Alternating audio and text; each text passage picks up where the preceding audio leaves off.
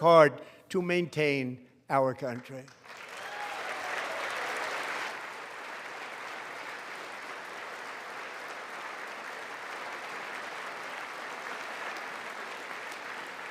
The flow of deadly fentanyl across our border is down by a record 56% in 1 year.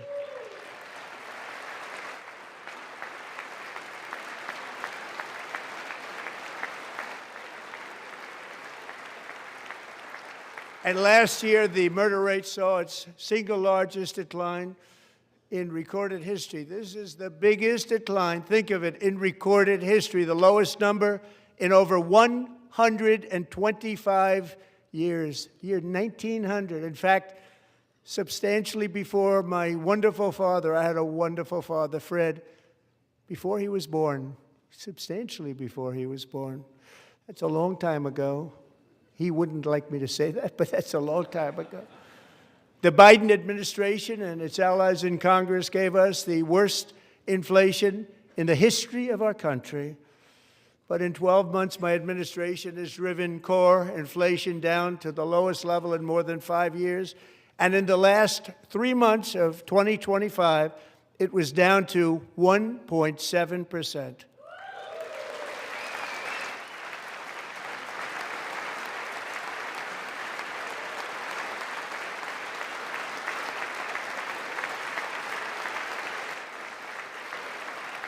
Gasoline, which reached a peak of over $6 a gallon in some states under my predecessor, it was quite honestly a disaster, is now below $2.30 a gallon in most states, and in some places, $1.99 a gallon. And when I visited the great state of Iowa just a few weeks ago, I even saw $1.85 a gallon for gasoline.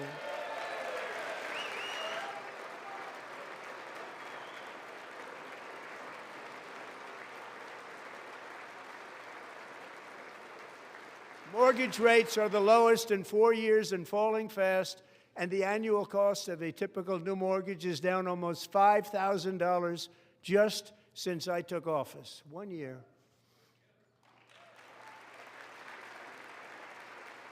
And low interest rates will solve the Biden-created housing problem while at the same time protecting the values of those people who already own a house that really feel rich for the first time in their lives. We want to protect those values. We want to keep those values up. We're going to do both. And we are going to keep it that way. The stock market has set 53 all-time record highs since the election. Think of that, 1 year. Boosting pensions, 401ks, and retirement accounts for the millions and millions of Americans. They're all gaining. Everybody's up, way up. In 4 long years, the last administration got less than $1 trillion in new investment in the United States. And when I say less, substantially less. In 12 months, I secured commitments for more than $18 trillion pouring in from all over the globe.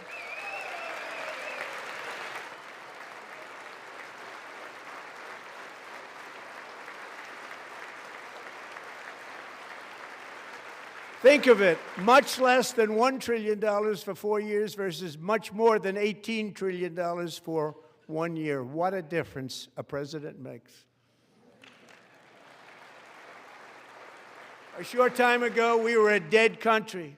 Now we are the hottest country anywhere in the world, the hottest.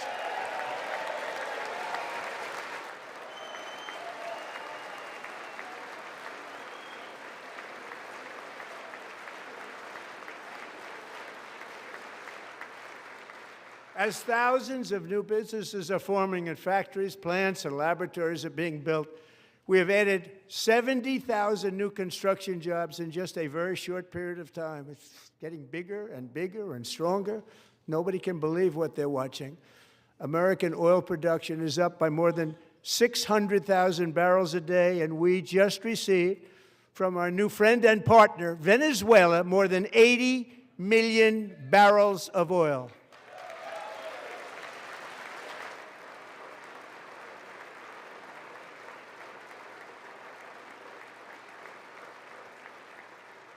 American natural gas production is at an all-time high because I kept my promise to drill, baby, drill.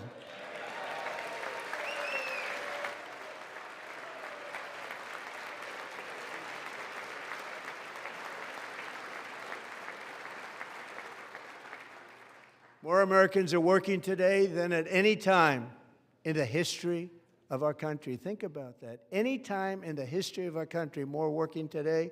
And 100% of all jobs created under my administration have been in the private sector.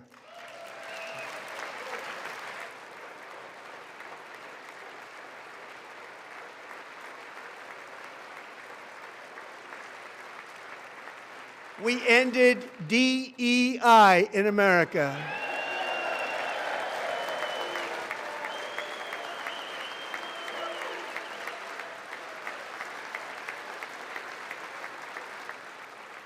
We cut a record number of job-killing regulations, and in 1 year we have lifted 2.4 million Americans, a record, off of food stamps.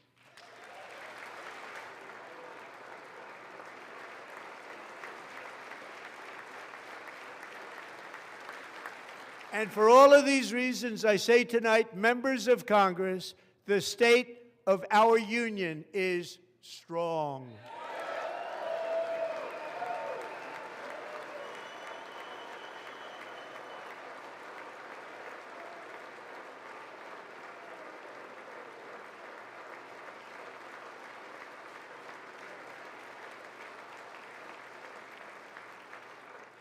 Our country is winning again. In fact, we're winning so much that we really don't know what to do about it. People are asking me, please, please, please, Mr. President, we're winning too much. We can't take it anymore. We're not used to winning in our country.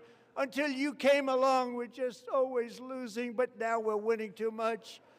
And I say, no, no, no, you're going to win again. You're going to win big. You're going to win bigger than ever. And to prove that point, here with us tonight is a group of winners who just made the entire nation proud.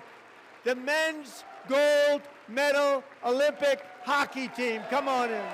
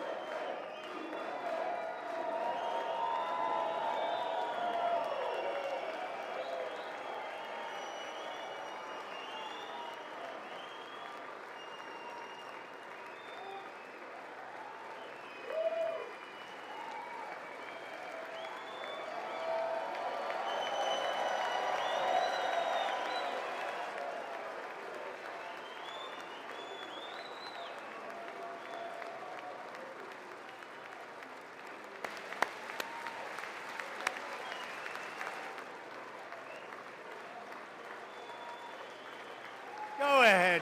They do.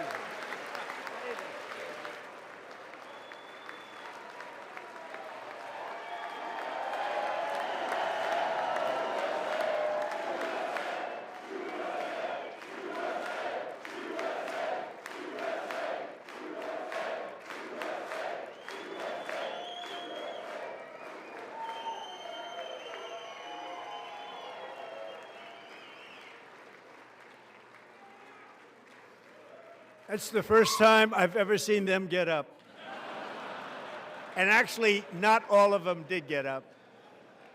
But they beat a fantastic Canadian team in overtime, as everybody saw, as did the American women who will soon be coming to the White House.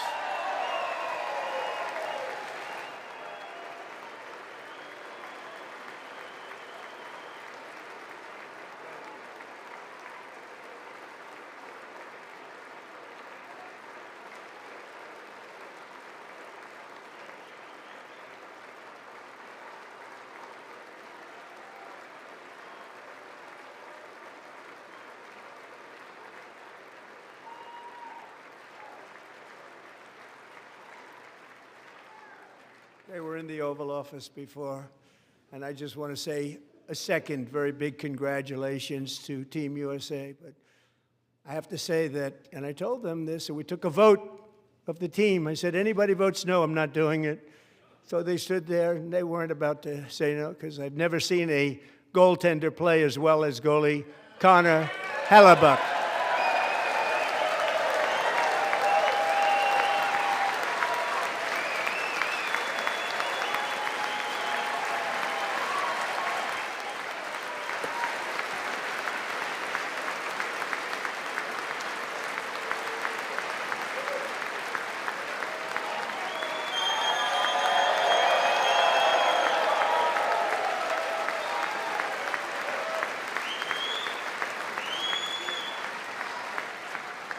Think of it, 46 shots on goal, and I asked him, the one shot, the one where you put your stick in the back and it hit the neck of your stick and bounced off, do you practice that, or was that a little lucky? He refused to answer that question. But I just want to tell you that the members of this great hockey squad will be very happy to hear, based on their vote and my vote, and in this case my vote was more important, that I will soon be presenting Connor with our highest civilian honor, which we will be given and which has been given to many athletes over the years. But when I say many, not too many, like 12, it's called the highest civilian honor in our country, the Presidential Medal of Freedom.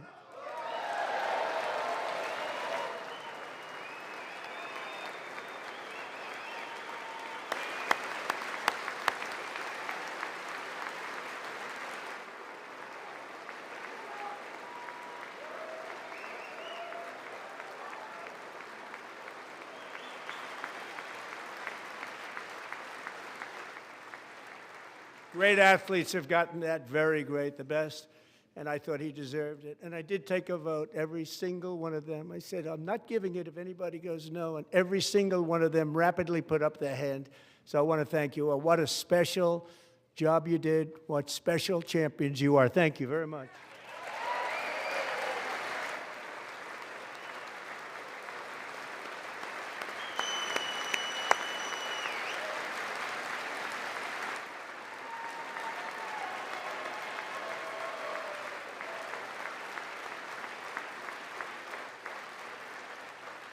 I'm also pleased to say that the next time the Olympic torch is lit, it will be here in America for the 2028 Olympics, and it's the summer version right in Los Angeles. We're going to do a good job in Los Angeles.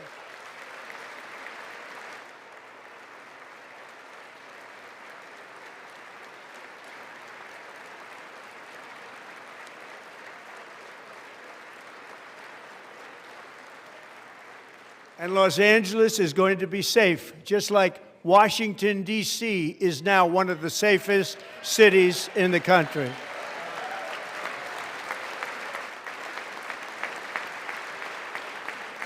And this year, and I must say I got them both. I got them in my first term, and I was disappointed because I didn't think I'd be the president when this happened. But strange things took place. And now I've got them because I got the Olympics and I got the 2026 FIFA World Cup, and I wanted to claim the 250th, but I didn't get away with that one. I couldn't claim that one for myself. But we're getting the World Cup, so we have the World Cup and the Olympics coming, and that is exciting news.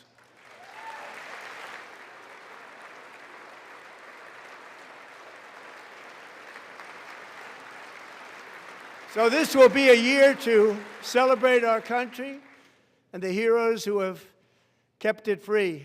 Men like Buddy Taggart.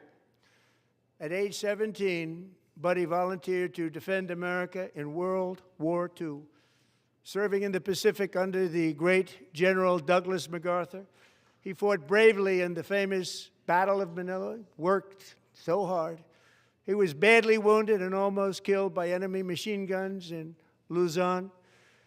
And 81 years ago this month, he liberated the largest internment camp in the Philippines, one of the largest anywhere in the world. Buddy earned many honors, including a Purple Heart and a Bronze Star, came home, started a family, and tonight he is in the gallery looking forward to July 4th, 2026, his 100th birthday.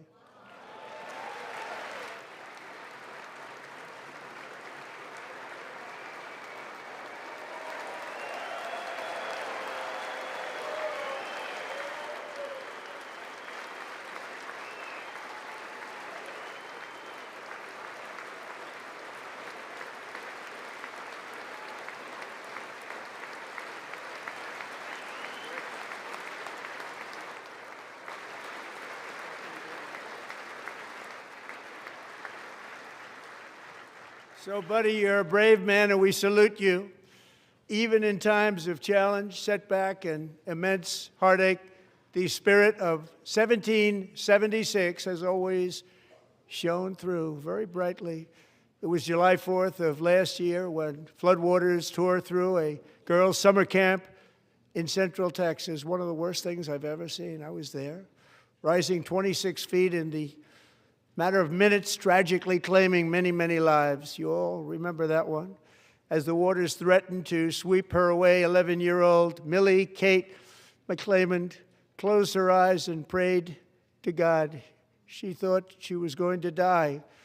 Those prayers were answered when Coast Guard rescue swimmer Scott Ruskin descended from a helicopter above. Nobody knew where he came from. It was Scott's first ever rescue mission, a young guy, but very brave, very, very top, always top in his class. And he lifted not just Millie Kate, but 164 others to safety.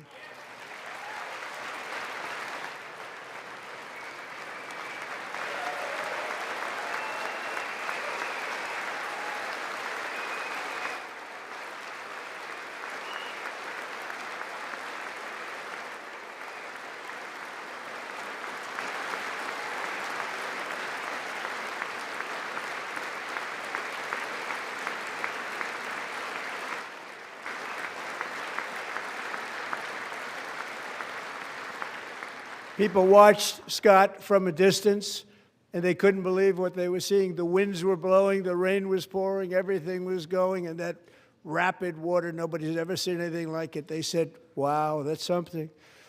Tonight, Scott and Millie Kate are here together, reunited for the very first time. Thank you, Scott, Millie Kate.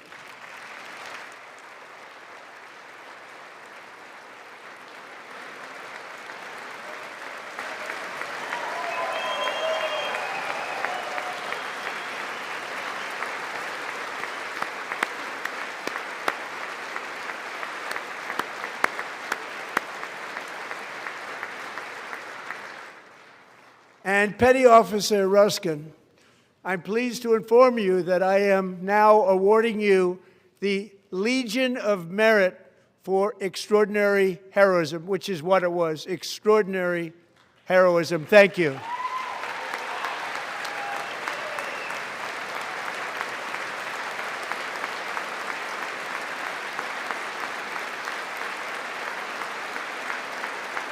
And I'd like to have the military aide to please come down and take care of the service. Military aide, thank you very much. Take care of that very important service. Thank you very much. From 1776 to today, every generation of Americans has stepped forward to defend life, liberty, and the pursuit of happiness. And they're really doing it for the next generation. But now it's our turn. Together we're building a nation where every child has the chance to reach higher and go further, where government answers to the people, not the powerful, and where the interests of hardworking American citizens are always our first and ultimate concern. That is the debt we owe to the heroes who came before us, and that is the promise we must keep to America for our 250th year. Last year, I urged this Congress to begin the mission by passing the largest tax cuts in American history, and our Republican majorities delivered so beautifully. Thank you, Republicans.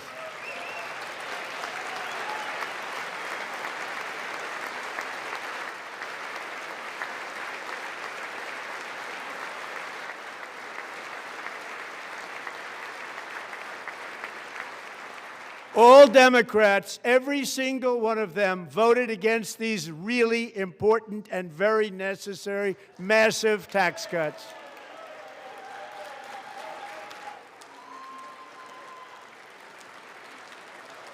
They wanted large-scale tax increases to hurt the people instead. But we held strong, and with the great, big, beautiful bill, we gave you no tax on tips, no tax on overtime, and no tax on Social Security for our great seniors.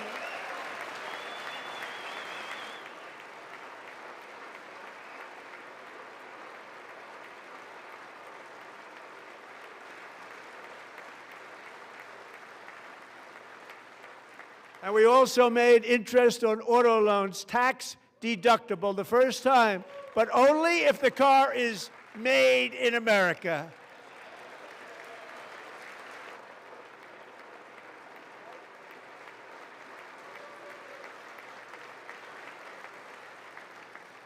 Recently in Pennsylvania, I met Megan Hemhauser, a devoted mom who's homeschools her children, beautiful, 2 children, during the day while waiting tables at night as her husband works overtime operating very heavy equipment. Megan is here this evening, and she's happy to tell you that she is so much richer because with no tax on tips, no tax on overtime, and our expanded child tax credit done again by Republicans, Megan and her husband will take home more than $5,000 extra just for the year, cutting her tax bill in more than half.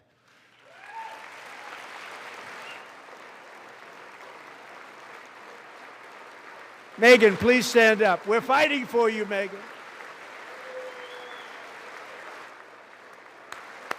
Thank you, Megan. Thank you, Megan. We're fighting for you, Megan. Under our bill, parents like Megan can also activate their children's brand new Trump accounts. And I didn't name it. I did not name it. I did not name that.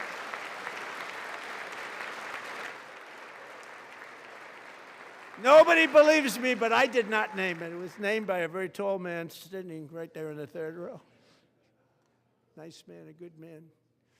Tax-free investment accounts for every American child. This is something that's so special and has taken off and gone through the roof.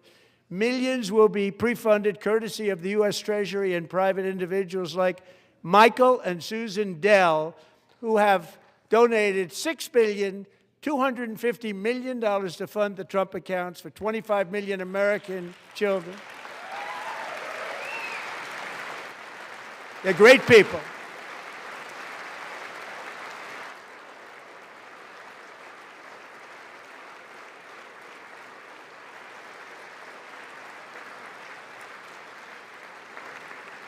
You know, I asked Michael Dell, how do you make all that money? He said, well, I just sat on my dorm in school, and I made computers, and I'd sell them to people. And I just kept selling and selling and selling, and pretty amazing story. That's called the American dream. He sold a lot of computers, a lot of those laptops, so I congratulate him on that, but I really thank him and Susan, as well as others like Brad Gerstner, a very tremendous guy. He was behind it right from the beginning. Brad Gerstner. Thank you, Brad.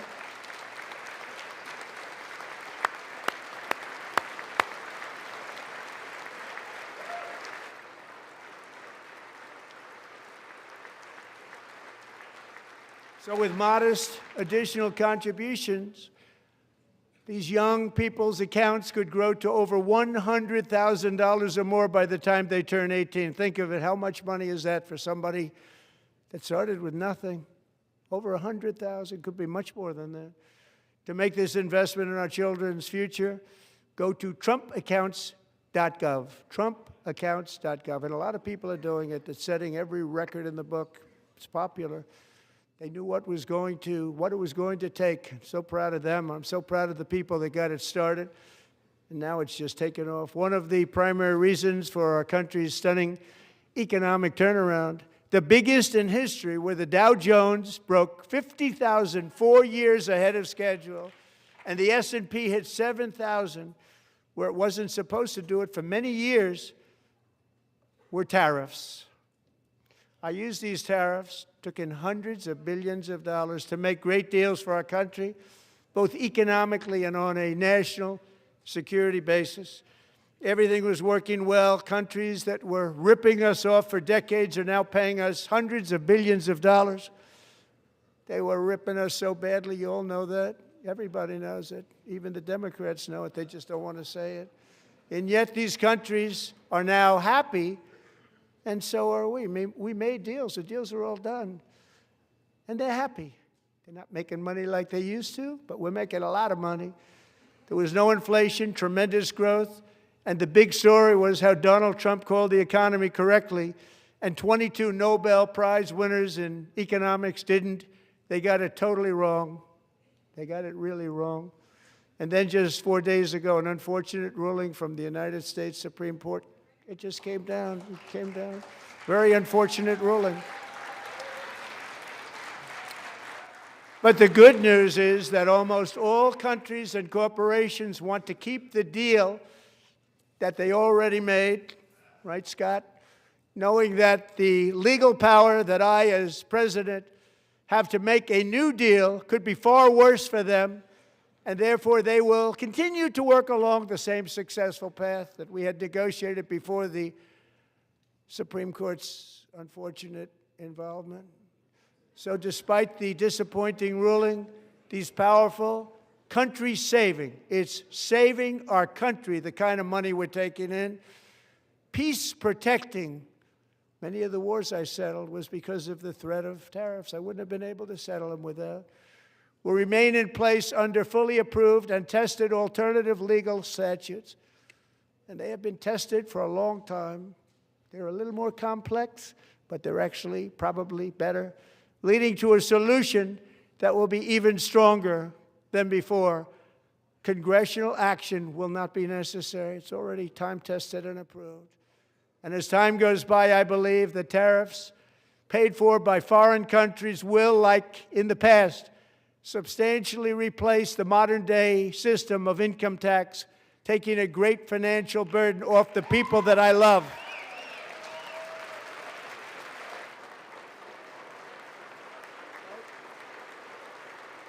Right?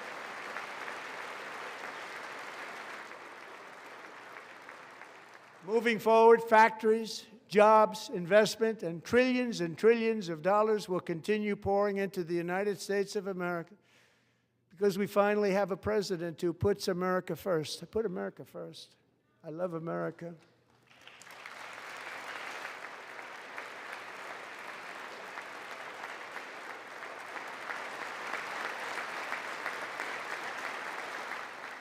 For decades before I came along, we had the exact opposite. From trade to health care, from energy to immigration, everything was stolen and rigged in order to drain the wealth out of the productive, hardworking people who make our country great, who make our country run. Under Biden and his corrupt partners in Congress and beyond, it reached a breaking point with the Green New Scam, open borders for everyone. They poured in by the millions and millions from prisons, from mental institutions. They were murderers, 11,888 murders. They came into our country. You allowed that to happen. And record-setting inflation that cost the typical family $34,000 in just a speck of time. Now the same people in this chamber who voted for those disasters suddenly used the word affordability, a word. They just used it. Somebody gave it to them, knowing full well that they caused and created the increased prices that all of our citizens had to endure. You caused that problem. You caused that problem.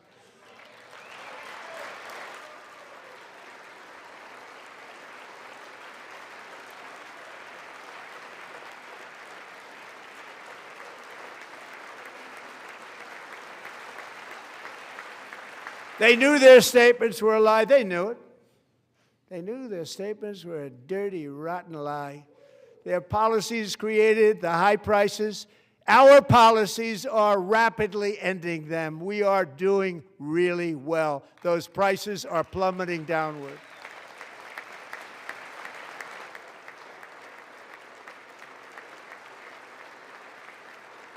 The price of eggs is down 60%, Madam Secretary. Thank you. The cost of chicken, butter, fruit, hotels, automobiles, rent is lower today than when I took office by a lot. And even beef, which was very high, is starting to come down significantly. Just hold on a little while. We're getting it down. And soon you will see numbers that few people would think were possible to achieve just a short time ago. Nobody can believe when they see the kind of numbers, and especially energy, when they see energy going down to numbers like that, they cannot believe it. It's like another big tax cut. I'm also confronting one of the biggest ripoffs of our times, the crushing cost of health care caused by you. Since the passage of the Unaffordable Care Act, sometimes referred to as Obamacare, big insurance companies have gotten rich. It was meant for the insurance companies, not for the people. With our government giving them hundreds and hundreds of billions of dollars a year as their stock prices soared 1,000, 1,200, 1,400, and even 1,700%, like nothing else. That's why I introduced the great health care plan. I want to stop all payments to big insurance companies and instead give that money directly to the people so they can buy their own health care, which will be better health care at a much lower cost.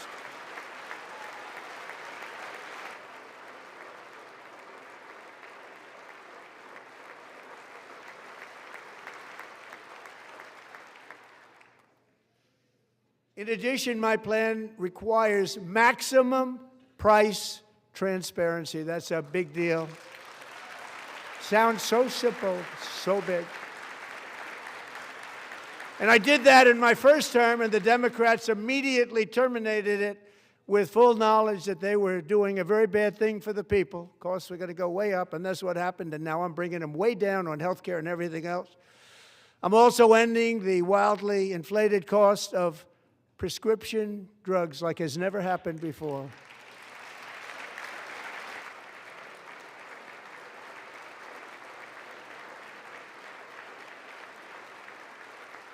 Other presidents tried to do it, but they never could. They tried. Most didn't try, actually. But they tried. They said they tried. They couldn't do it. They didn't even come close. They were all talk and no action, but I got it done. Under my just enacted Most Favored Nation agreements, Americans who have for decades paid by far the highest prices of any nation anywhere in the world for prescription drugs will now pay the lowest price anywhere in the world for drugs. Anywhere, the lowest price.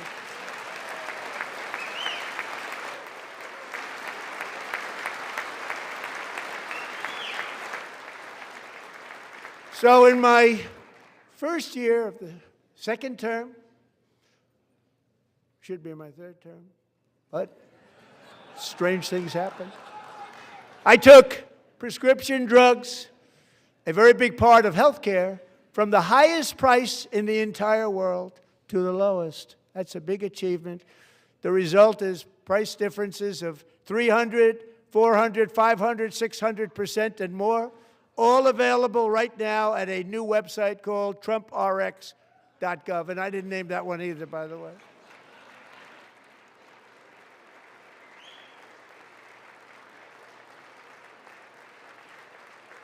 And here tonight is the very first customer ever to get that big discount, and it is big, Catherine Rayner. For 5 years, she and her husband have struggled with infertility, and they turned to IVF. One drug has been costing Catherine $4,000 to purchase, but a few weeks ago, she logged onto the TrumpRx website and got that same drug that cost $4,000, got it for under $500. A reduction of much more, actually, than $3,500. Catherine, we are all praying for you, and you're going to be a great mom.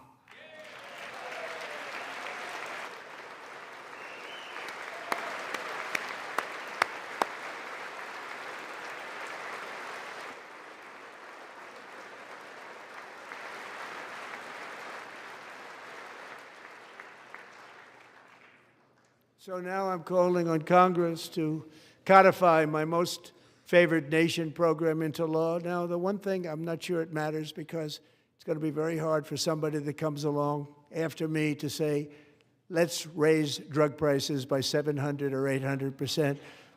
But John and Mike, if you don't mind, codify it anyway. They may do it. Codify it anyway. Thank you. Many Americans are also concerned that energy demand from AI data centers could unfairly drive up their electric utility bills. Tonight, I'm pleased to announce that I have negotiated the new Ratepayer Protection Pledge. You know what that is? We're telling the major tech companies that they have the obligation to provide for their own power needs. They can build their own power plants as part of their factory so that no one's prices will go up. And in many cases, prices of electricity will go down for the community and very substantially down. This is a unique strategy never used in this country before. We have an old grid. It could never handle the kind of numbers, the amount of electricity that's needed. So I'm telling them they can build their own plant. They're going to produce their own electricity. It will ensure the company's ability to get electricity while at the same time lowering prices of electricity for you, and could be very substantial for all of you cities and towns. You're going to see some good things happen over the next number of years. Another pillar of the American dream that has been under attack is home ownership. With us tonight is Rachel Wiggins, a mom of two from Houston.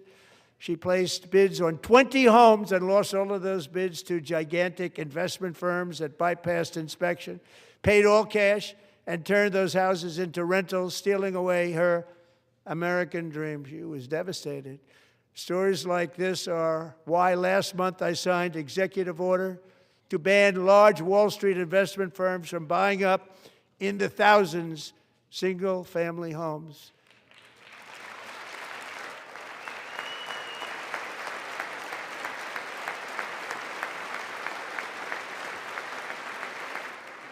And now I'm asking Congress to make that ban permanent, because homes for people, really, that's what we want. We want homes for people, not for corporations. Corporations are doing just fine. Rachel, thank you very much. Good luck with your home. You'll get one soon.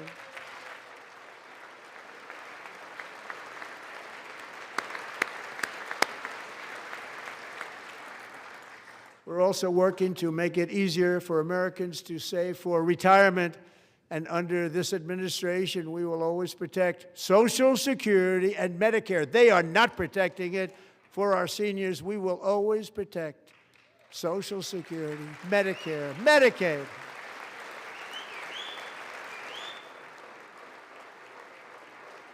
Since I took office, the typical 401k balance is up by at least $30,000. That's a lot of money. We have millions and millions of people, because the stock market has done so well, setting all those records. Your 401ks are way up. Yet half of all of working Americans still do not have access to a retirement plan with matching contributions from an employer. To remedy this gross disparity, I'm announcing that next year my administration will give these often forgotten American workers, great people, the people that built our country, access to the same type of retirement plan offered to every federal worker. We will match your contribution with up to $1,000 each year. As we ensure that all Americans can profit from a rising stock market, let's also ensure that members of Congress cannot corruptly profit from using insider information.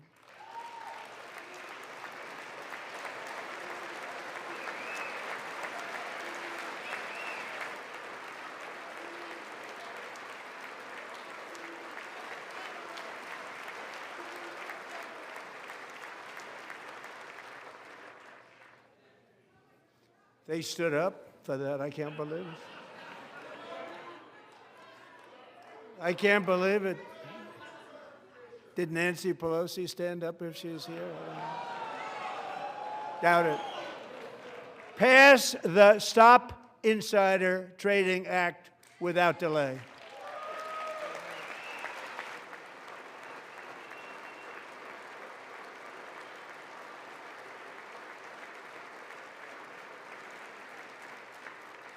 I wasn't sure if anybody even on this side was going to applaud for that. I'm very impressed. Thank you. I'm very impressed. But when it comes to the corruption that is plundering, it's plundering America. There's been no more stunning example than Minnesota, where members of the Somali community have pillaged an estimated $19 billion from the American taxpayer. Oh, we have all the information. And in actuality, the number is much higher than that. And California, Massachusetts, Maine, and many other states are even worse. This is the kind of corruption that shreds the fabric of a nation, and we are working on it like you wouldn't believe. So tonight, although started 4 months ago, I am officially announcing the war on fraud to be led by our great Vice President, J.D. Vance.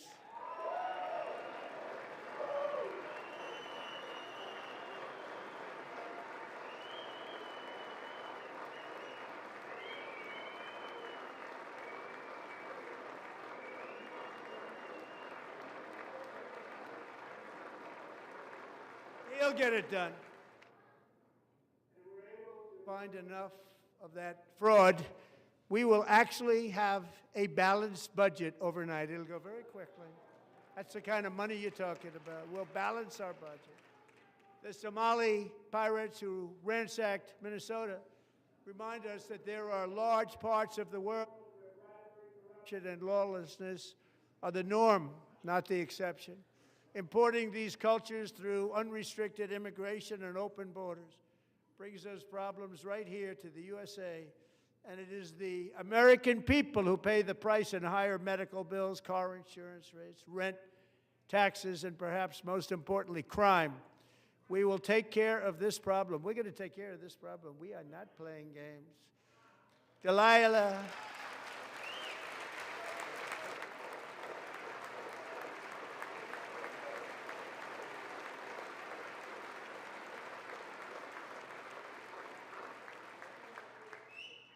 Delilah Coleman was only 5 years old in June 2024 when an 18-wheel tractor trailer plowed into her stopped car traveling at 60 miles an hour or more.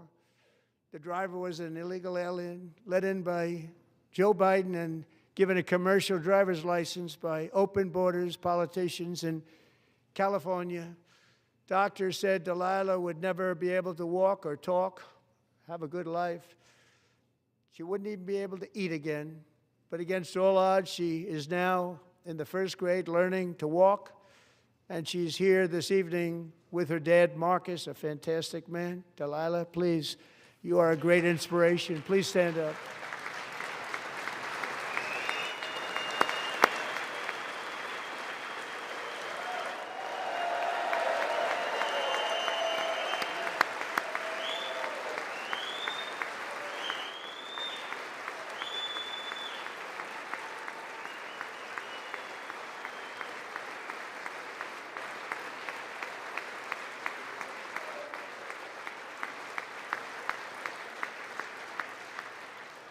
Thank you, Delilah.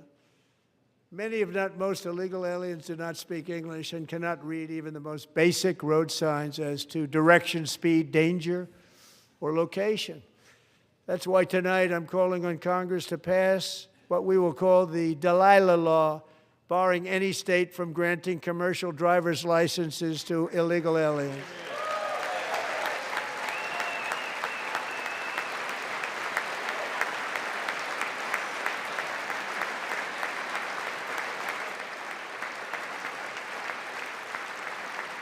And yesterday, as you probably saw at the White House, I hosted a ceremony with Americans who lost their treasured loved ones to the scourge of illegal immigration. People came into our country, how we allowed this to happen with our open borders. These are the angel moms and families that for decades our government betrayed and our media totally ignored. It was terrible.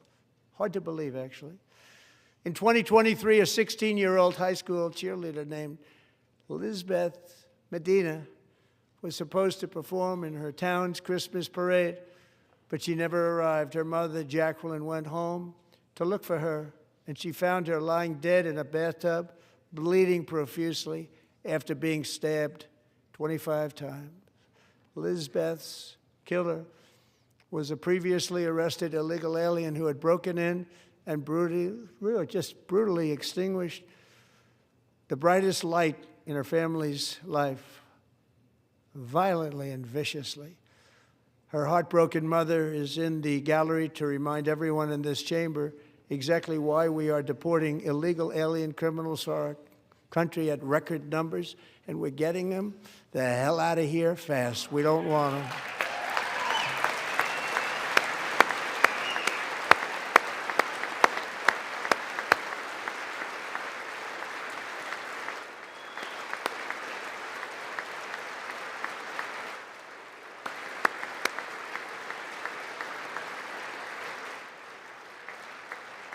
Thank you very much, Jacqueline. Thank you. We can never forget that many in this room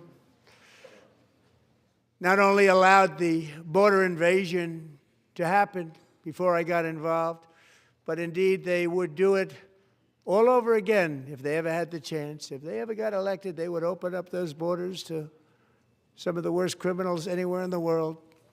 The only thing standing between Americans and a wide open border right now is President Donald J. Trump and our great Republican patriots in Congress. Thank you. Thank you.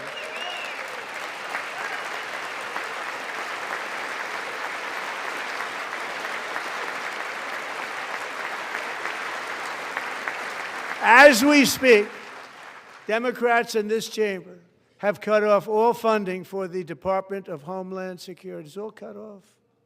It's all cut off. They have instituted another Democrat shutdown, the first one costing us 2 points on GDP. 2 points we lost on GDP, which probably made them quite happy, actually. Now they have closed the agency responsible for protecting Americans from terrorists and murderers. Tonight I'm demanding the full and immediate restoration of all funding for the border security, Homeland Security of the United States, and also for helping people clean up their snow. We have no money because of the Democrats, and it would be nice.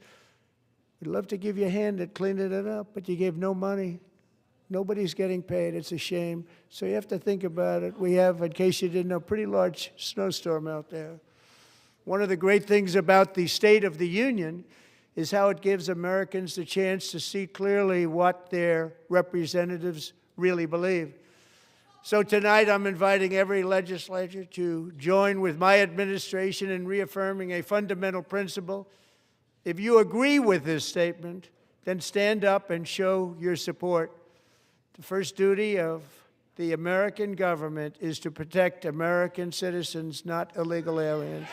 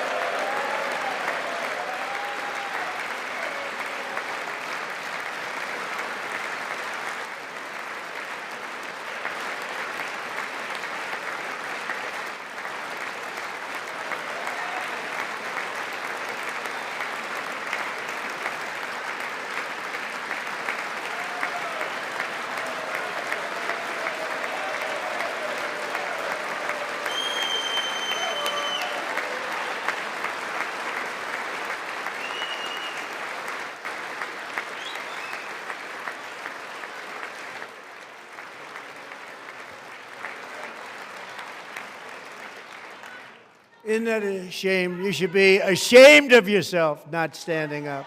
You should be ashamed of yourself. That is why I'm also asking you to end deadly sanctuary cities that protect the criminals and enact serious penalties for public officials who block the removal of criminal aliens.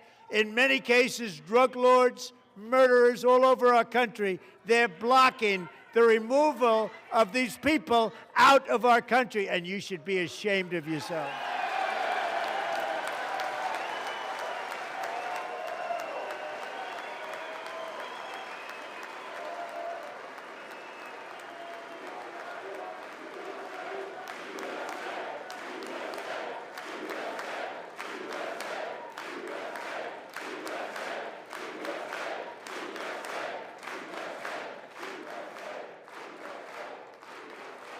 And perhaps most importantly, I'm asking you to approve the Save America Act.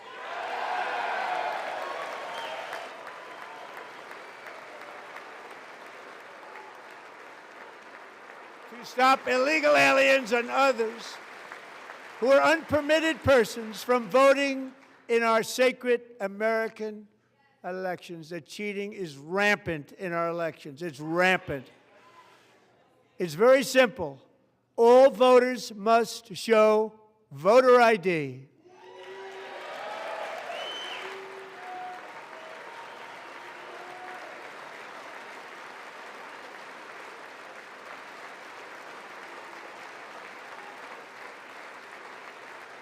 All voters must show proof of citizenship in order to vote.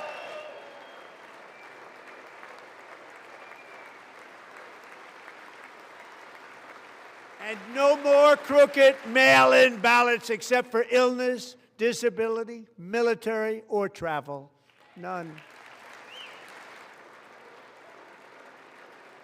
And this should be an easy one. And by the way, it's polling at 89%, including Democrats, 89%.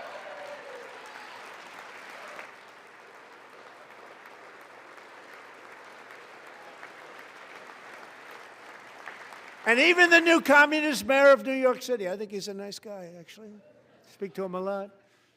Bad policy, but nice guy. Just said they want people to shovel snow. They got hit hard. Wants them to shovel snow, but if you apply for that job, you need to show 2 original forms of ID and a Social Security card. Yet they don't want identification for the greatest privilege of them all, voting in America. No, it's no good. No good. Both Republicans and Democrats overwhelmingly agree on the policy that we just enunciated. And Congress should unite and enact this common sense, country-saving legislation right now, and it should be before anything else happens.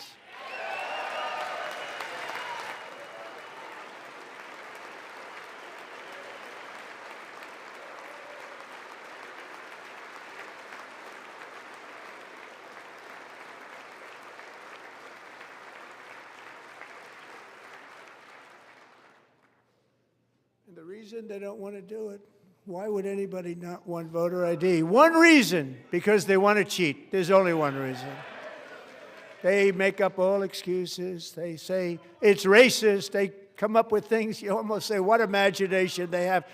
They want to cheat. They have cheated. And their policy is so bad that the only way they can get elected is to cheat. And we're going to stop it. We have to stop it, John.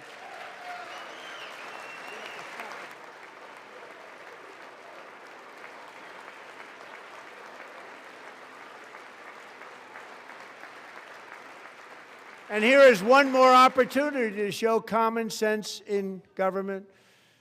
In the gallery tonight are Sage Blair and her mother, Michelle. In 2021, Sage was 14 when school officials in Virginia sought to socially transition her to a new gender, treating her as a boy and hiding it from her parents. Hard to believe, isn't it? Before long, a confused Sage ran away from home after she was found in a horrific situation in Maryland A left-wing judge refused to return Sage to her parents because they did not immediately state that their daughter was their son. Sage was thrown into an all-boys state home and suffered terribly for a long time. But today, all of that is behind them because Sage is a proud and wonderful young woman with a full-ride scholarship to Liberty University. Sage and Michelle, please stand up.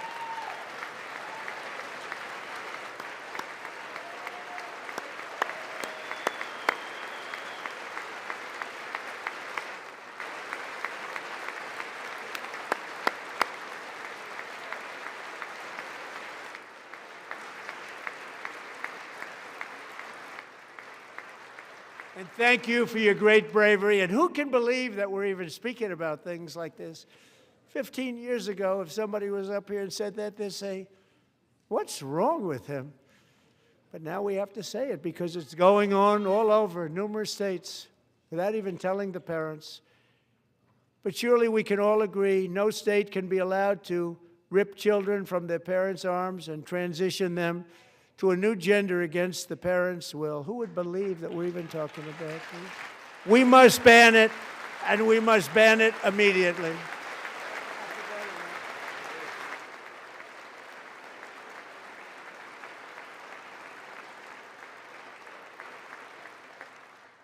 Look, nobody stands up.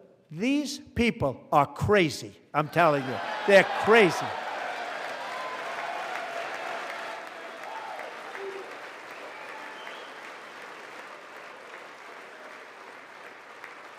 Amazing. Incredible. Boy, oh boy. We're lucky we have a country. With people like this, Democrats are destroying our country, but we've stopped it just in the nick of time, didn't we? Huh?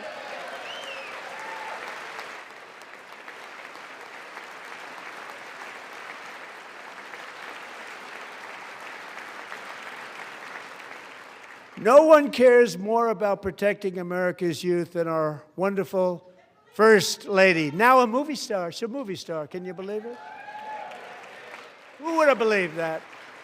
Over the past year, she has had an incredible impact championing AI legislation, advancing a landmark executive order on foster care, and helping secure $30 million to launch the Melania Trump Foster Youth to Independence Initiative. It's a tremendous really a tremendous thing that happened and had a lot of bipartisan support. She gets much better bipartisan support than I do. I get none. She gets a lot. Someday you're going to have to tell me how you did that. And students and educators in every state have joined the First Lady's efforts in the presidential AI challenge, keeping America's next generation positioned to succeed and strongly succeed in the future. Tonight, we welcome two young people whose lives reflect the First Lady's impact, Sierra Burns and Everest Nevermont. Thank you both, and Melania, thank you. I know how hard you worked on it. Thank you very much.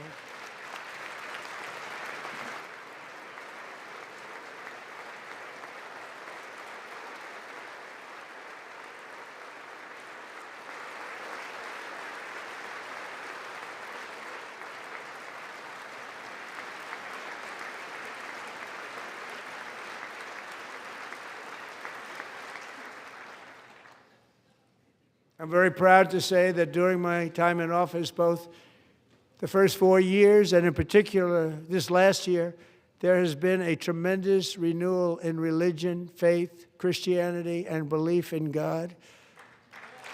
Tremendous renewal.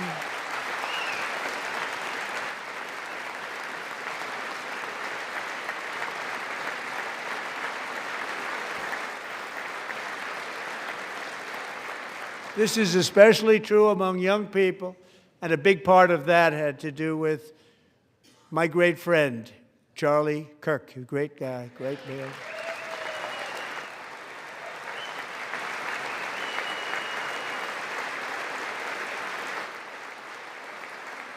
So last year, Charlie was violently murdered by an assassin and martyred, really martyred for his beliefs.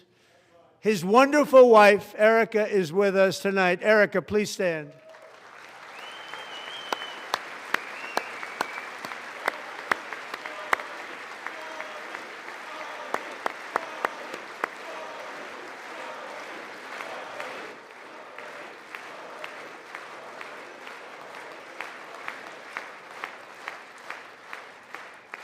Thank you, Erica.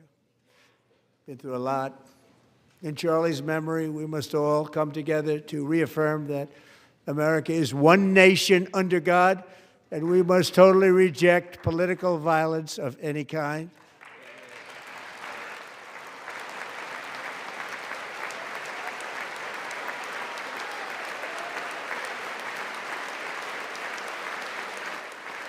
We love religion, and we love bringing it back, and it's coming back at levels that nobody actually thought possible. It's really a beautiful thing to see.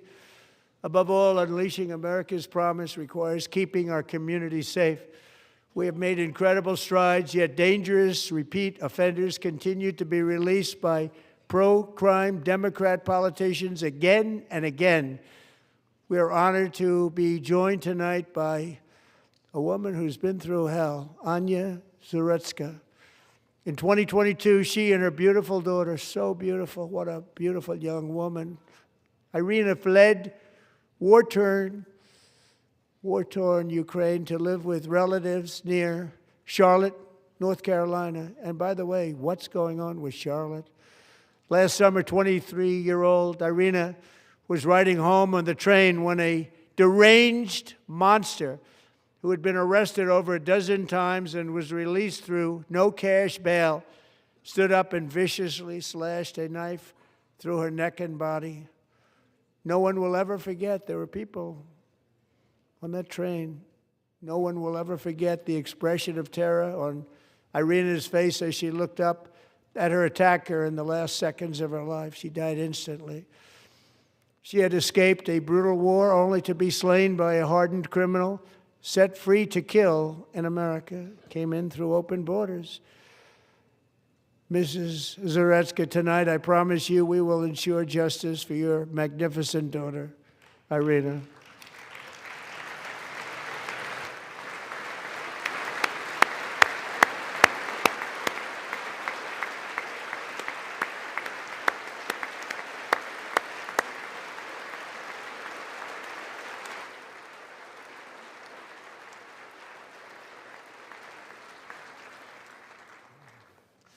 How do you not stand? How do you not stand?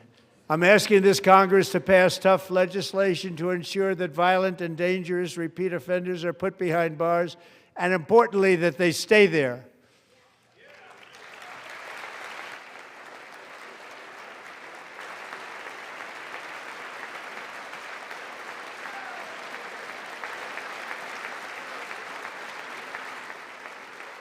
Starting last summer, I deployed our National Guard and federal law enforcement to restore law and order to our most dangerous cities, including Memphis, Tennessee, big success, New Orleans, Louisiana, big success, and our nation's capital itself, Washington, D.C., where we have almost no crime anymore in Washington, D.C. How did that happen?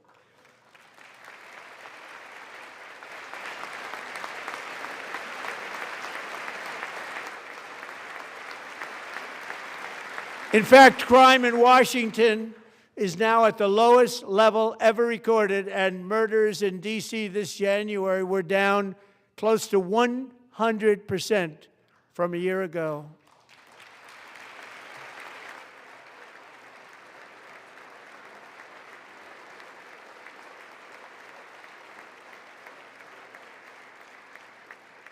They don't like to hear that.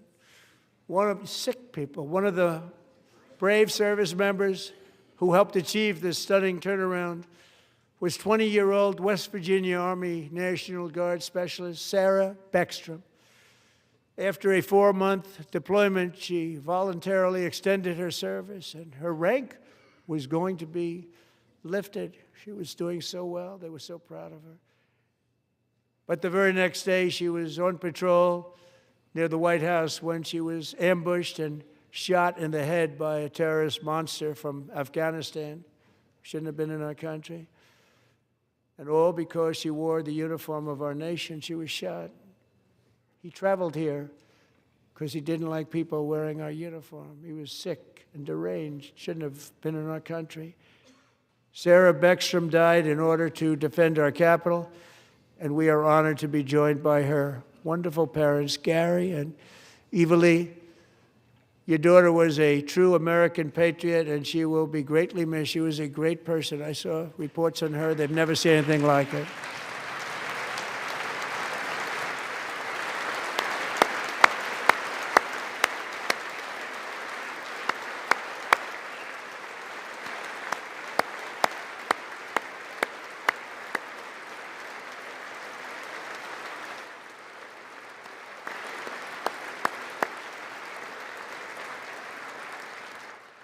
So sorry. Thank you very much. She's a great young lady. I saw reports that were like perfect. She was perfect. Serving alongside Sarah that day was Staff Sergeant Andrew Wolf. The terrorist shot Andrew in the head, and no one thought he could possibly make it. The two of them, Sarah and Andrew, both shot violently in the head. Neither was expected to make it.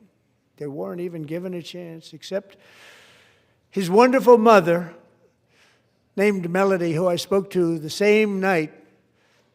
And she was so positive. The doctors thought that Andrew was gone. But his mother said, no, Mr. President, Andrew will be fine. He's going to make it. I've never seen anything like it. I mean, he was given almost no chance. She said, I have no doubt, sir, he's going to be okay. This was a conversation that I had with her that night, with her son laying helplessly in bed, blood all over. Everybody is praying, she said, sir, he will be okay. The doctors didn't understand what she was saying, and after looking at the results of the damage done, neither did I. She was so strong and conclusive that even Andrew's great father felt she didn't really understand the gravity of the situation. But she turned out to be right. Right, Melody? She turned out to be right.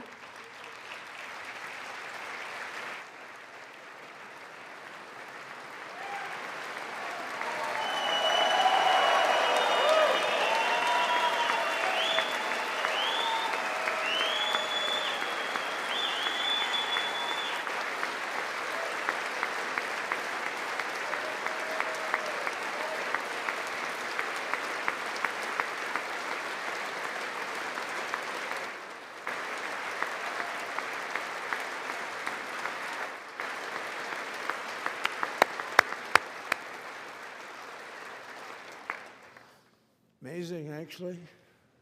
I said, where does this woman come from? She's the most positive person I've ever met. With God's help, Andrew has battled back from the edge of death, and we're talking about the edge of death, on his way to a miraculous recovery. He's got a little work to do, but he's doing great. Nice to see you. He's a good-looking guy. Nice to see you. Thanks, Andrew. Thank you very much.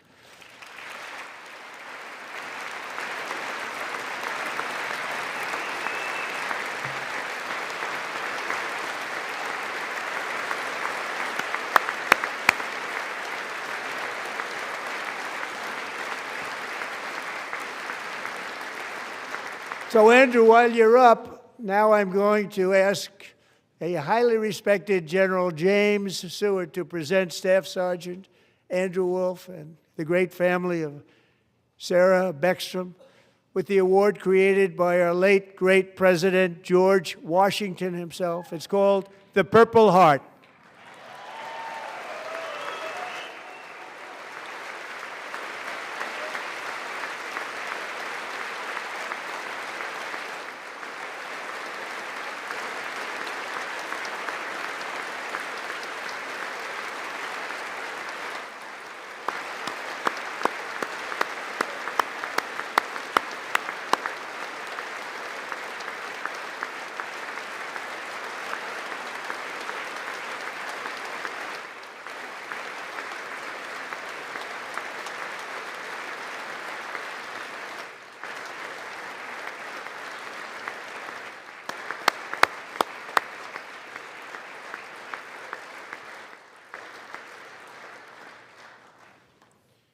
We love you all.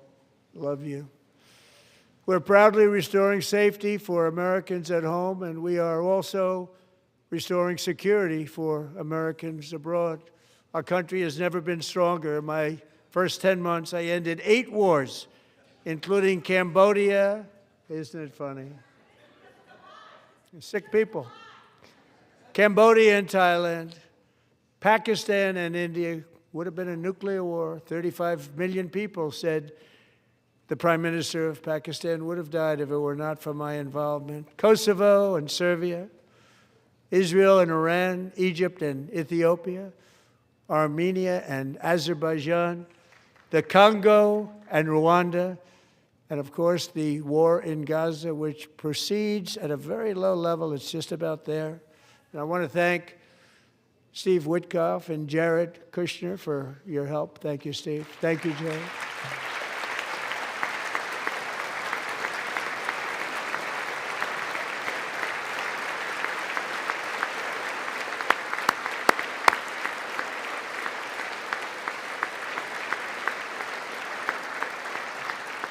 And I also want to thank the man they report to, Secretary of State Marco Rubio. Thank you, Marco.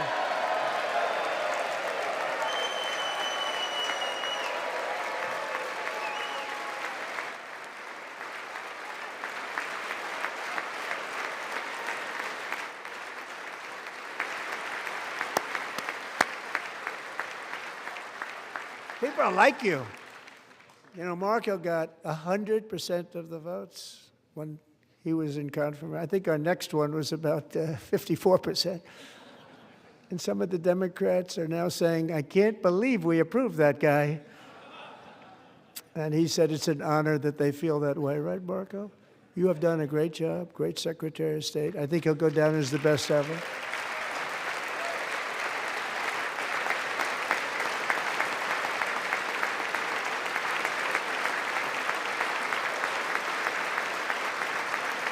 Under the ceasefire I negotiated, every single hostage, both living and dead, has been returned home. Can you believe that?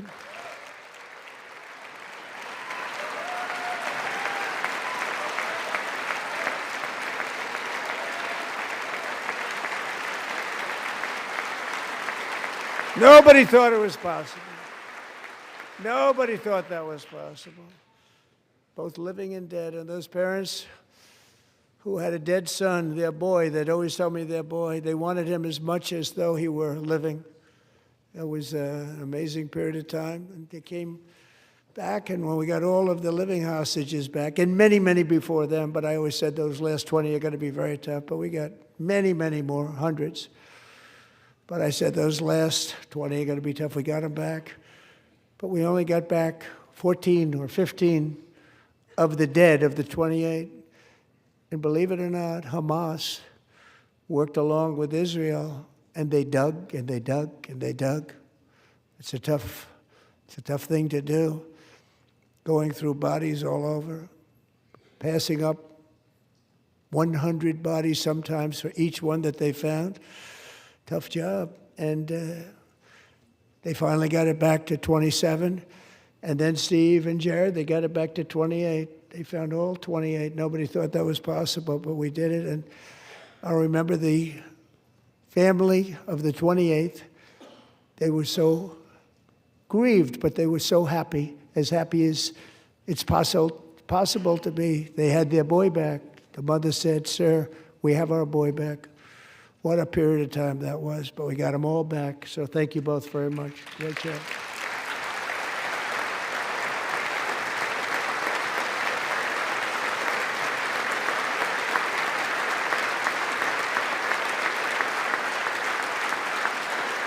And we're working very hard to end the 9th war, the killing and slaughter between Russia and Ukraine, where 25,000 soldiers are dying each and every month. Think of that, 25,000 soldiers are dying a month.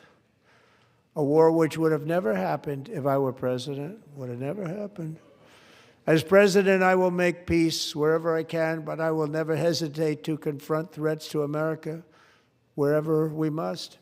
That's why in a breakthrough operation last June, the United States military obliterated Iran's nuclear weapons program with an attack on Iranian soil known as Operation Midnight Hammer.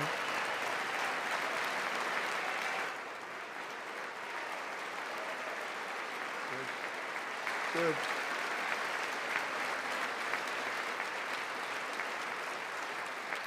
For decades, it had been the policy of the United States never to allow Iran to obtain a nuclear weapon.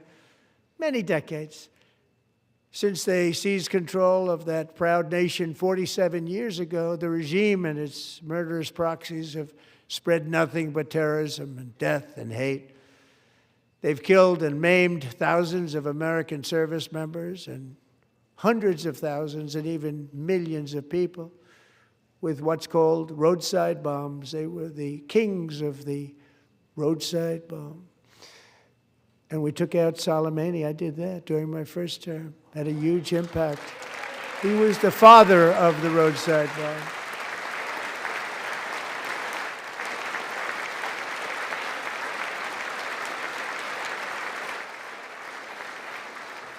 And just over the last couple of months with the protests, they've killed at least, it looks like, 32,000 protesters. 32,000 protesters in their own country. They shot them and hung them. We stopped them from hanging a lot of them with the threat of serious violence. But this is some terrible people. They've already developed missiles that can threaten Europe and our bases overseas, and they're working to build missiles that will soon reach the United States of America. After Midnight Hammer, they were warned to make no future attempts to rebuild their weapons program, and in particular, nuclear weapons. Yet they continue. They're starting it all over. We wiped it out, and they want to start all over again, and are at this moment again pursuing their sinister ambitions. We are in negotiations with them. They want to make a deal, but we haven't heard those secret words. We will never have a nuclear weapon. My preference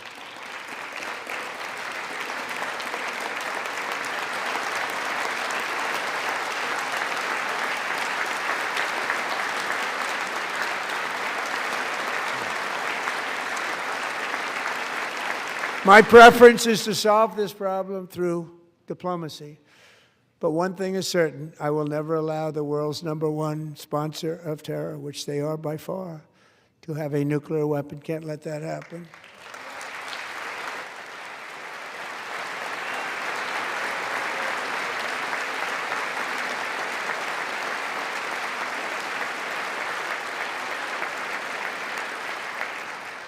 And no nation should ever doubt America's resolve. We have the most powerful military on earth. I rebuilt the military in my first term. We're going to continue to do so. Also, we just approved a $1 trillion budget. We have no choice. We have to be strong, because hopefully we will seldom have to use this great power that we built together. It's really called Peace Through Strength, and it's been very, very effective.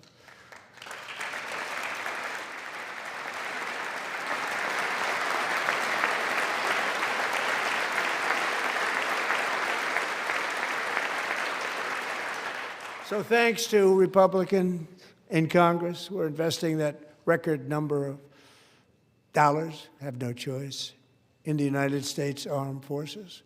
Also creating a lot of jobs, but we're not even doing it for that reason. Because as I said, we have more jobs, more people working today than ever before in the history of our country.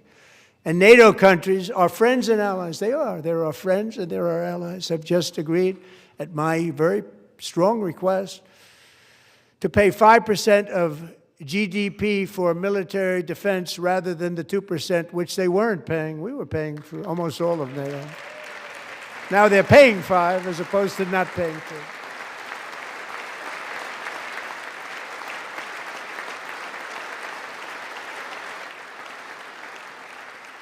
And getting that 5% was something which everyone said would never be done, could not happen. We got it really easily. One meeting.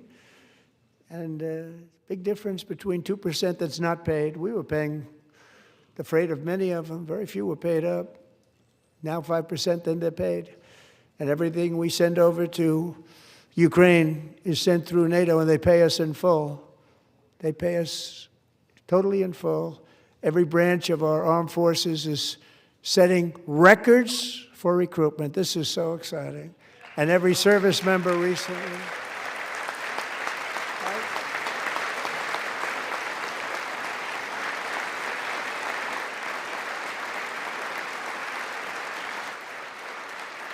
And every service member recently received a warrior dividend of $1,776.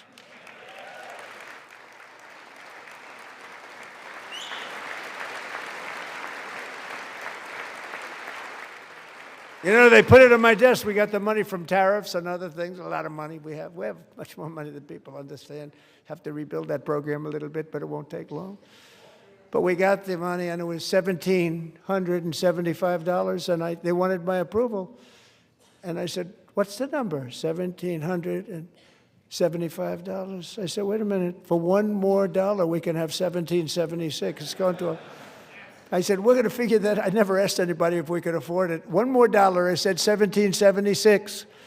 And I said, that's good. And I'll tell you what, our military, that was 4 months ago, our military, I never see a person in the military that doesn't thank me for it, so we're honored to do it. They deserve it. And we call it 1776. It was great. And we love our military. We love our law enforcement. We love our firemen. You know, the firemen don't get mentioned enough. We love our firemen. We're also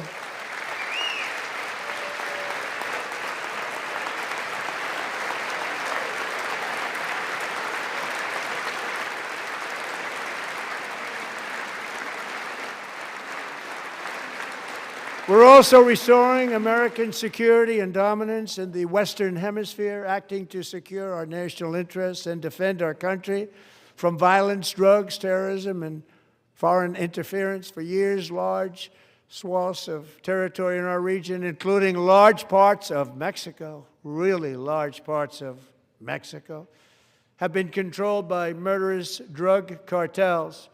That's why I designated these cartels as foreign terrorist organizations, and I declared illicit fentanyl as a weapon of mass destruction.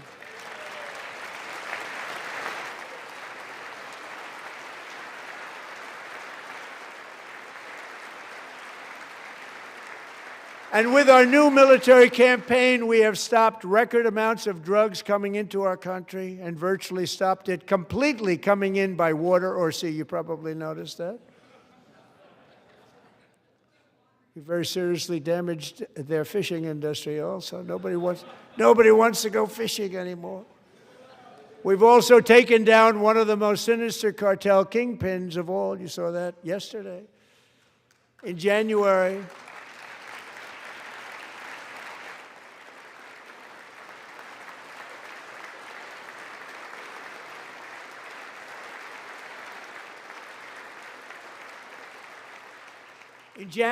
elite American warriors carried out one of the most complex, spectacular feats of military competence and power in world history. No one's seen anything like it. Foreign leaders, I won't tell you who, called me and they said, very impressive, very good. They couldn't believe, they all watched. They saw what happened. This is a different fighting force that we had years ago when we fought to tie. You know, it's a great fighting force. I'm so proud of it. Look at Space Force. Space Force is my baby, because we did that. My baby is becoming so important.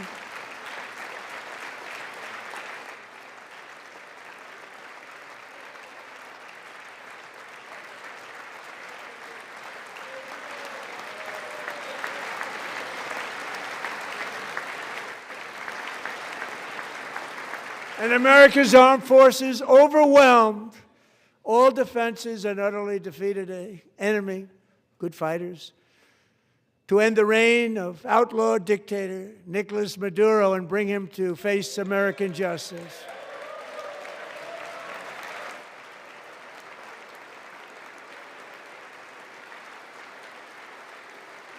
And this was an absolutely colossal victory for the security of the United States, and it also opens up a bright new beginning for the people of Venezuela. We're working closely with the new president of Venezuela, Delcy Rodriguez, to unleash extraordinary economic gains for both of our countries and to bring new hope to those who have suffered so terribly. They really did suffer. With us tonight is Alejandro Gonzalez. She grew up in a tight-knit Venezuelan family and was especially close to her beloved uncle Enrique. But after Enrique ran for office and opposed Maduro, he was kidnapped by Maduro's security forces and thrown into the regime's really infamous prison in Caracas. Alejandro feared she would never see her uncle again. She feared for her own life also. But since the raid, we have worked with the new leadership, and they have ordered the closure of that vile prison and released hundreds of political prisoners already, with more to come. Alejandro, I'm pleased to inform you that not only has your uncle been released, but he is here tonight. We brought him over to celebrate his freedom with you in person. Enrique, please come down.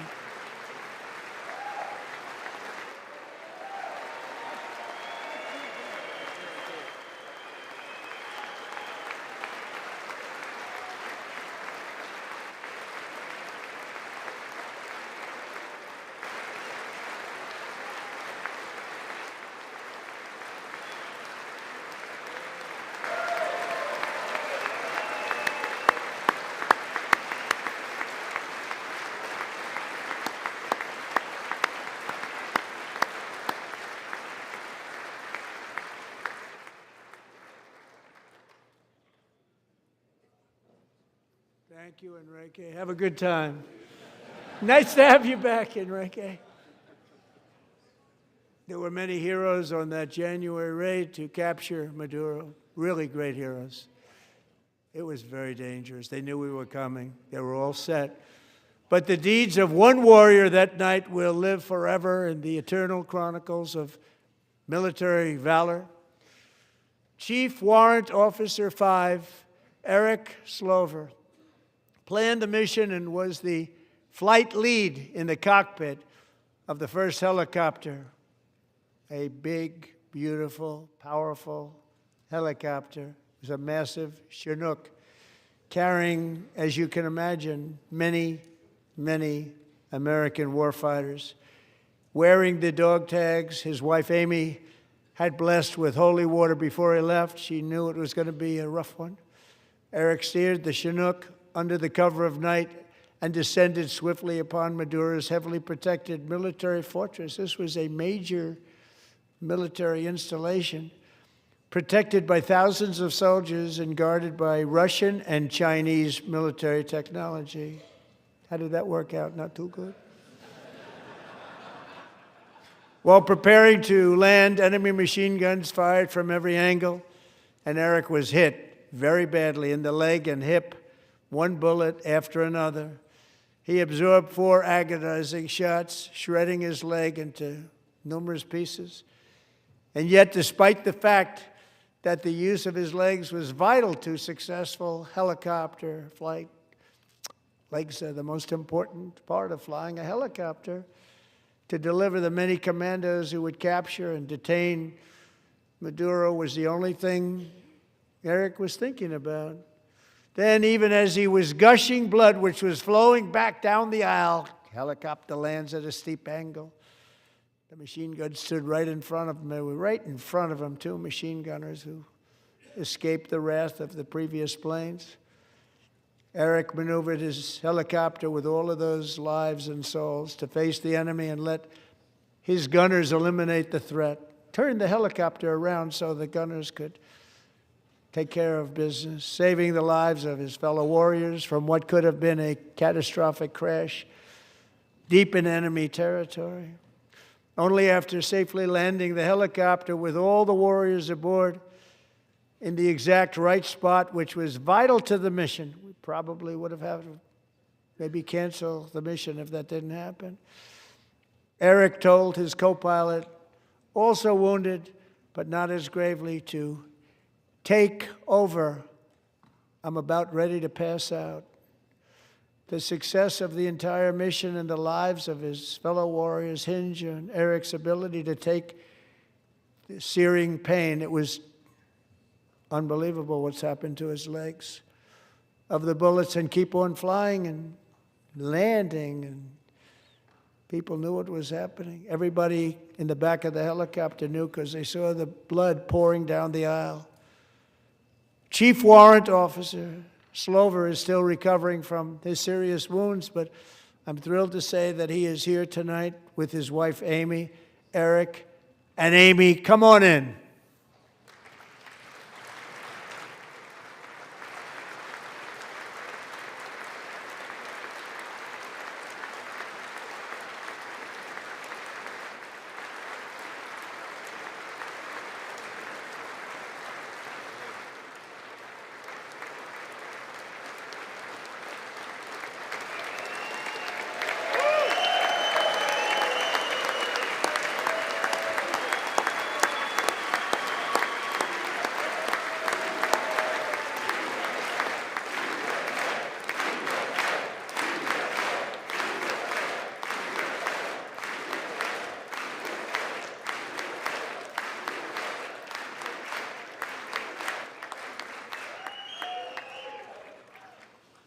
So we have a surprise for Eric and Amy. In recognition of Eric's actions above and beyond the call of duty, I would now like to ask General Jonathan Braga to present Chief Warrant Officer Slover with our nation's highest military award, the Congressional Medal of Honor.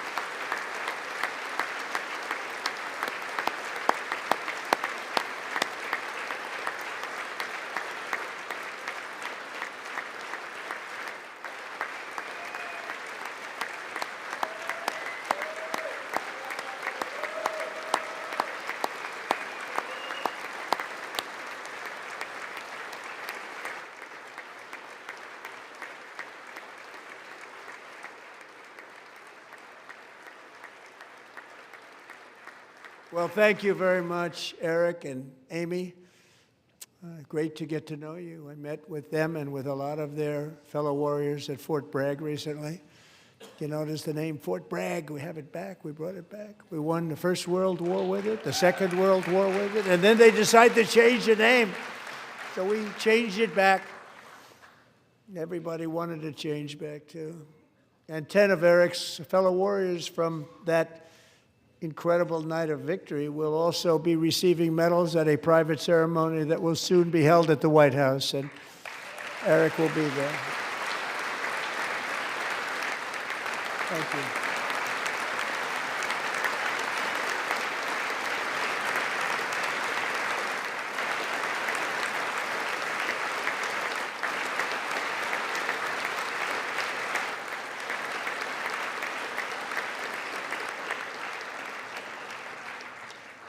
Thank you, Eric. That's a big one. Tonight we've celebrated many truly extraordinary American patriots, but there is one last living legend to honor before we go. He is one more heroic American aviator, Navy fighter pilot. Royce Williams served in World War II, Korea, Vietnam, flying more than 220 missions. In the skies over Korea in 1952, Royce was in the dogfight of a lifetime, legendary dogfight. Flying through blizzard conditions, his squadron was ambushed by 7 Soviet fighter planes. It was his first aerial combat of the war, and despite being massively outnumbered and outgunned, Royce led the takedown of 4 enemy jets and almost destroyed the others, vanquishing his adversaries while taking 263 bullets to his own plane and being seriously hurt. His story was secret for over 50 years. He didn't even want to tell his wife, but the legend grew and grew. But tonight, at 100 years old, this brave Navy captain is finally getting the recognition he deserves. He was a legend long before this evening. Royce, please stand up, and I will ask the First Lady of the United States to present Captain Royce Williams with his Congressional Medal of Honor.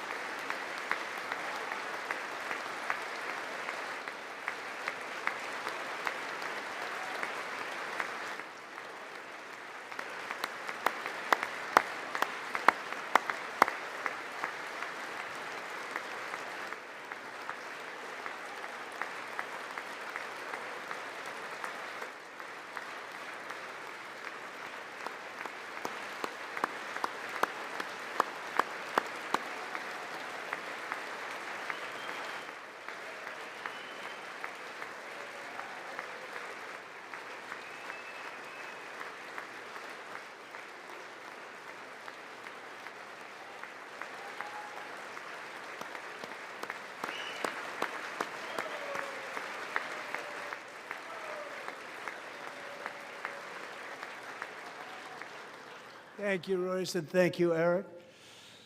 I've always wanted the Congressional Medal of Honor, but I was informed I'm not allowed to give it to myself, and I wouldn't know why I'd be taking it, but if they ever open up that law, I will be there with you someday. But you know, that's our highest honor, Congressional Medal of Honor, and that's a big thing, and it's an honor to be in the same room with you. Thank you both very much, Eric. Thank you.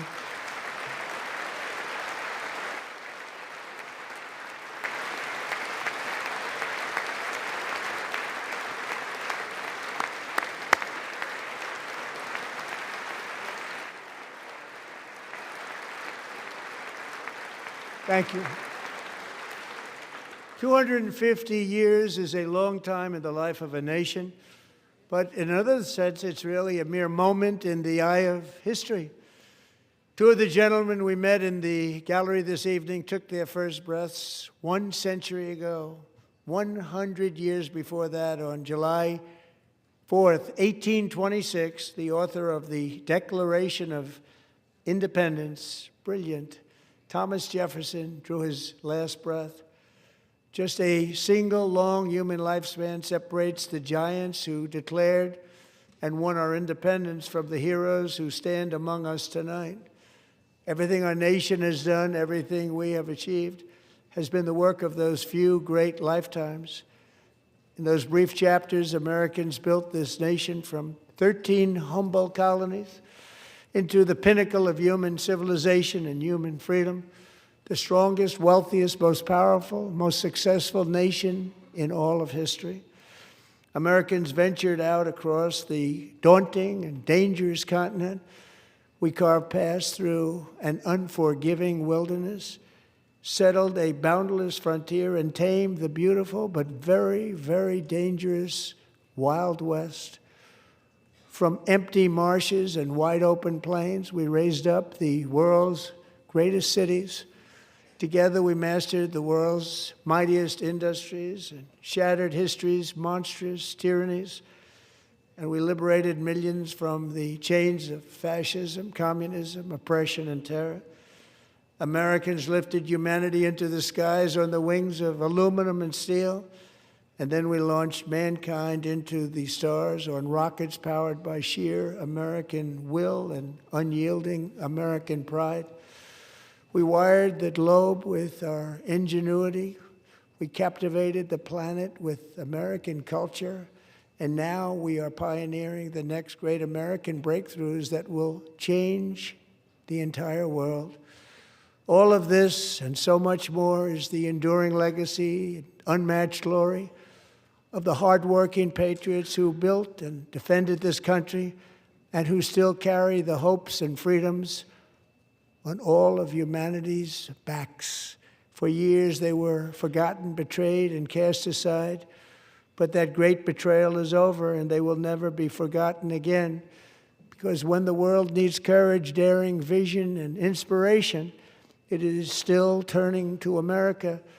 And when God needs a nation to work his miracles, he knows exactly who to ask. There is no challenge Americans cannot overcome, no frontier too vast for us to conquer, no dream too bold for us to chase, no horizon too distant for us to claim.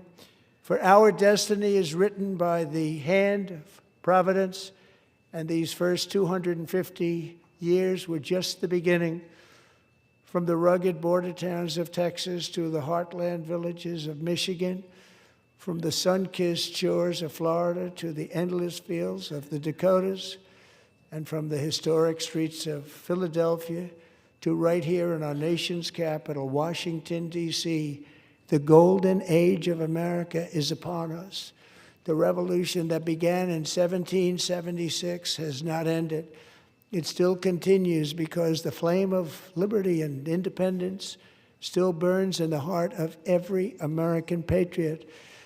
And our future will be bigger, better, brighter, bolder, and more glorious than ever before. Thank you, God bless you, and God bless America.